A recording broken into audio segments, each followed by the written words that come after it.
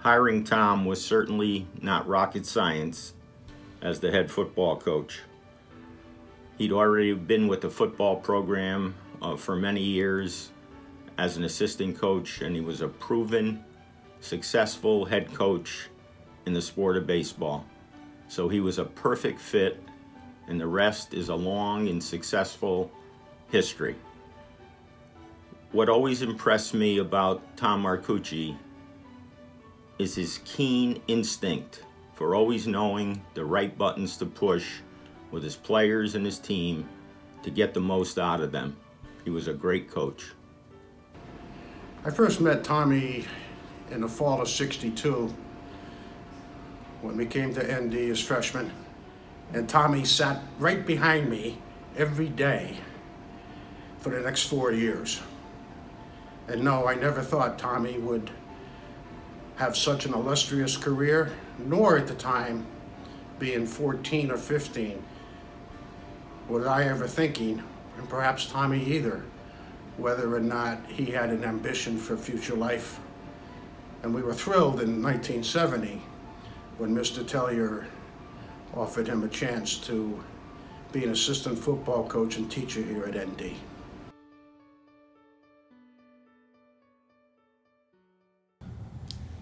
Playing for Coach Marcucci, you know, he had such a unique ability to take a group of young freshmen, know-it-all punks, and turn us into men that really still know it all, and we're really still punks. But are you sure the cue card's right? Is that what you want to say? No, Coach was great. He was awesome. It was just a lot of fun playing for him, and the whole coaching staff was amazing. And they brought out the best in everybody's abilities out there in the field. Real special experience for me personally, and I know for most of my classmates back in 1984, it was a great experience.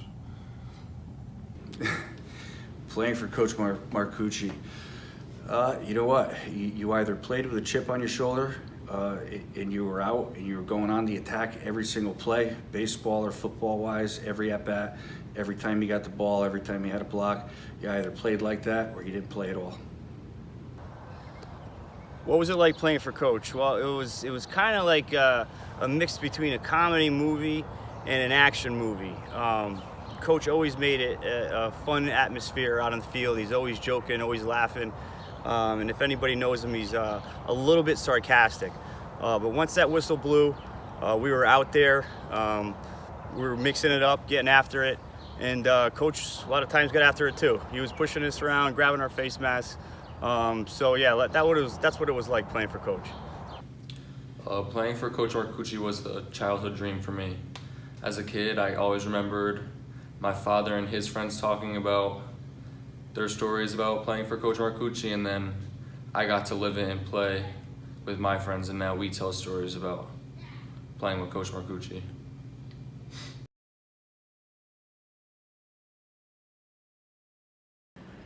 Coach Marcucci has a great influence on my life here at Notre Dame, and it goes way back into the 70s when I was here. You know, from my perspective, he was, even though I wasn't coaching what he was coaching, I was coaching track and field, and his ways I saw as my ways, and that is really attending to the athlete and attending in ways that will get the kid to rise up and really be good. And definitely team-minded, and certainly not about Tom Marcucci, about the team and his fellow coaches. So that's the way I see it. I think a guy from Fox had said it best when Tom got the job at Notre Dame, and he said that he couldn't even coach in the Fox and Recreation League. So I've been following Tom ever since then and impressed by every single thing he's done. To win state championships in 2 sports is absolutely amazing. He's our guy. He's my family's guy. Every one of the brothers admires him greatly. My sister admires him. A great person in our lives. Tom has meant so much to Notre Dame High School for nearly 5 decades. As a teacher, as a school administrator, as an athletic director, and most especially as a coach of 2 major sports, he has influenced more kids than any other individual in the history of Notre Dame High School. Life. Well, Coach Marcucci has been instrumental in me changing my whole entire life. I got to a point where my wife and my brother had told me to go back to school and to leave a job so I can coach and become a teacher. And I didn't believe that I could do this until Coach Marcucci, showed his faith in me and actually gave me that extra push to go back to school. So he really has been influential in me changing my whole entire life as far as football, school, and becoming a teacher. He showed us the balance of working hard, discipline, intensity, but also humor and friendship. I reflect on that a lot in my life and was always impressed with how well he was able to do that. He's influenced my life in so many different ways, but the one thing he's taught me is a tremendous work ethic. Being on the field, he always demanded the best of us, and I've kind of taken that into my career where I am now. And his professionalism, handle yourself the right way on the field, handle yourself the right way off the field, and you're doing things for a bigger reason. We've always, we hit it off with us when Tom came to Notre Dame. Real good, good friends to the point we call each other brother. And he's the best friend you could ever have. I've had a lot of conversations with Tommy over a few beers over the last almost 50 years. An incredible amount of stories. One of my favorite ones, of course, stems back to his initial date meeting with Coach Tellier in the summer of 1970, pursuing a teaching and coaching career at Notre Dame. And he told me years later that he passed the interview with Mr. T and was then escorted up to the headmaster's office for an interview regarding the opening teacher's position coming up in a couple of weeks. And it was the headmaster or the principal of Notre Dame High School who interviewed him one-on-one for the job, and he told me that the position was for a social studies teacher. I don't think he's told this to too many people, but I roared when he told me he interviewed with the headmaster for the position, and he had to dance on a couple questions regarding his academic prowess in social studies. But he danced that question and several others after that away. He then got offered the job, and he walked outside and he said to himself, "What the hell is social studies?" The story is that I talked him into being the Dean of Discipline, the AP for Student Life, and he walked away from football. And it's a story that, in retrospect, I'm saying to myself, why did I do that to him? So Tom, I'm sorry, but I was glad you were back into it in the not too distant future from when I asked. But I gotta say, when you were doing it, you did a great job. And again, you brought into that life of the school your ways as a coach.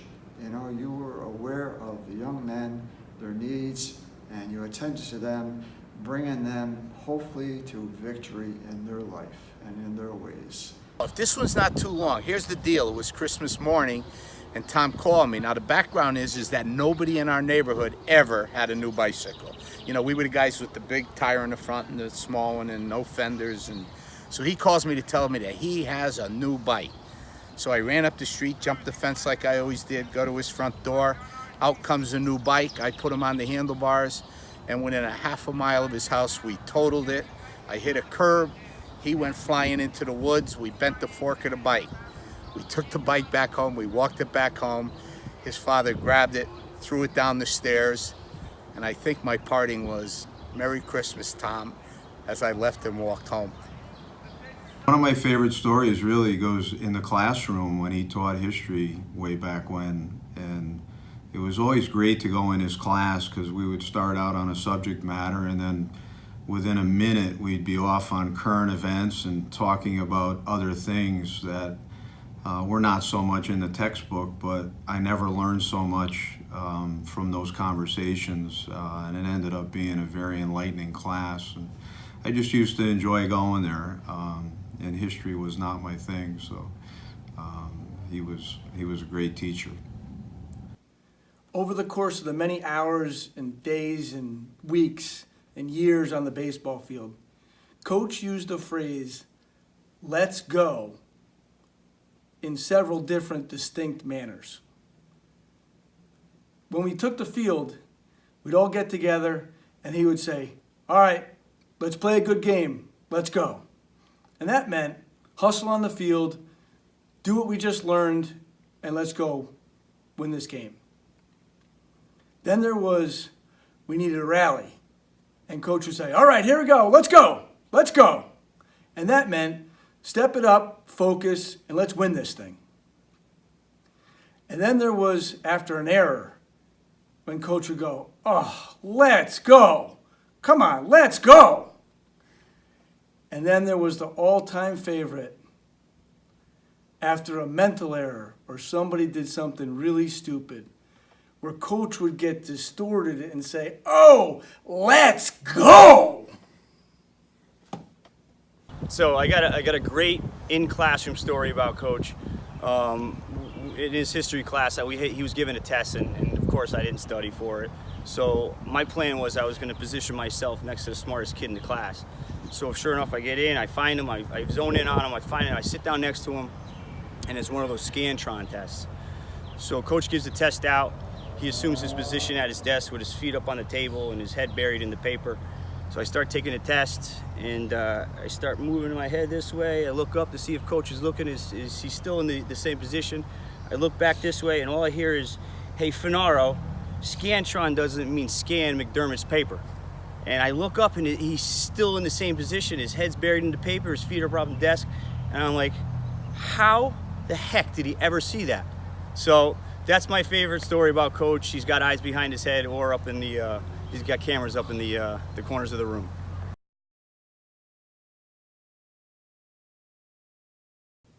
Tom Marcucci has lived out our mission at Notre Dame High School through his service and dedication to all the athletes and the students who he has worked with over many years. 48 years of commitment and dedication is an amazing legacy, and we're all so honored to have worked with him. I know my first memory of Tom was meeting him when I was in the interview process, and I knew right away what a high standard he set for himself and for those who worked with him. We will continue to do our utmost to live out the service that Tom has shown us through the mission of Notre Dame High School and serve many boys and their families in the years to come. His legacy should be instrumental in building the school, instrumental in the tradition, character, sportsmanship, academic, and athletic accomplishments of the school throughout the years. He's a staple here. And when you think Notre Dame High School of West Haven, the first words out of your mouth should be Tom Marcucci. Going down as one of the best coaches Connecticut has ever seen. If you play for Coach Marcucci, people know you're a tough football player and you know how to play the game right. But to me, he is way more than that. He's a mentor, he's a role model, and he'll always give you the right advice, even if that's not what you want to hear. But the biggest thing I think is that if you go to him, he'll always have your back. It's an easy one, and it's not a long answer. It's about consistency, it's about dedication, it's about loyalty, it's about hard work, and it's about faith. And those are the messages that many athletes, including myself, took from his program. Among coaches, he's got to go down as a top 5 coach in Connecticut ever, you know, baseball and football. I would talk about his legacy as a man. First, and foremost, he is the most honest person I've ever met. He will tell you the truth, even if you don't want to hear it. And he'll also tell you, to learn from his mistakes. He's very honest that he wasn't perfect. 2 is he is one of the most generous men I've ever met as far as spending time with young coaches or spending time with coaches in general. And then also with his money. I mean, Coach Shea, Brian Foote, and myself haven't paid for a meal in 10 years. 3 is he's loyal. Everyone in the room tonight knows his loyalty. If you're his guy, whether you're right or wrong, he's going to have your back. He'll tell you when you're wrong, no doubt, but he will have your back. He's my first call, whether something goes right or whether something goes wrong. I want to get his opinion. He's loyal to a fault almost. And the last thing is, which most people don't realize because they always see him at games and they see him out and about, is, and you may see it later on or it's been coming on more as he's going to retire, is he's a family man. He loves his wife. He's loyal with his wife. He loves his 3 kids. He's so proud of his kids and the people they've become. And he's a great grandfather. So that's my legacy. He's a great man, never mind the coaching. I think that anybody who's into coaching or in any aspect of school life has to think in terms of team, and not just the team that's before you that you're working with, but those who are teamed up with you to work with the team. And Coach Marcucci has had, and I'm sure it would be in any scenario, that way. And I'm not just making it up. He's part of my team when I was doing my stuff. As a young guy with track and field, he may have been on the football field, but his ways, I could see his ways I needed to be. And as head of the school, the same thing. When I would talk team with faculty and staff and all that, that's the way we got to be. He certainly could be someone I could point out to. So, amen. His legacy for me was cemented when he came back in 2009 to be the head coach for another 5-year run. And it culminated that year with 11-1. I went to every game that year with a championship game for the state title against Pomerag. It was late December. It was cold, frigid, icy cold, snowy, frigid rain. Notre Dame triumphed in that game with a tremendous football team that played a tremendous game. At the end of the game, as we're huddled down by the end of the football field, having come out of the stands, and after the celebration on the field and Pomerag left with their heads down, Tommy started walking towards the group of us who were waiting for him with his family at the end of the corner of the stadium. Tommy was halfway to us and he turned around and he saw a Pomerag football player on the field all by himself in defeat. Tommy turned right around, walked 20 or 30 yards up to this young man who had played a whale of a football game. He put his arm around his shoulder, said a few words to him, and then walked with him off the field for the last time. That's the legend of Tom Marcucci. He told me later, that young man gave it all for that team, and I wanted him to know it. And that was it for me. There is no question that Tom Marcucci will be missed at Notre Dame, but his legacy will live on for many years.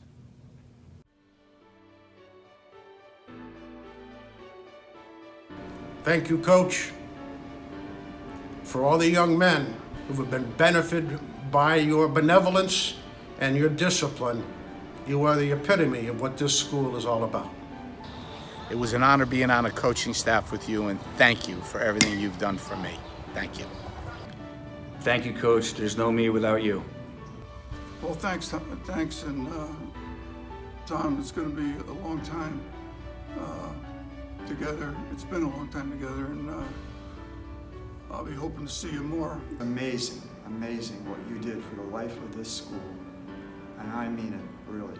And I was lucky to be with you 30 of those years. So again, thanks so much for what you did for this school, for me, and what I was about, and certainly the guys, which I'm repeating when I say for the school, because the school are the guys, you know, so thanks. Thanks, Coach. Thanks, Coach. Thanks, Coach. Thanks, Coach. Thank you, Coach. Thanks, Coach. Thanks, Coach. Thanks, Coach. Coach, thank you so much. What a great job. Hats off. Thanks, Coach. Thanks, Coach. Thanks, Coach. Coach Marcucci, thank you. Thanks, Coach.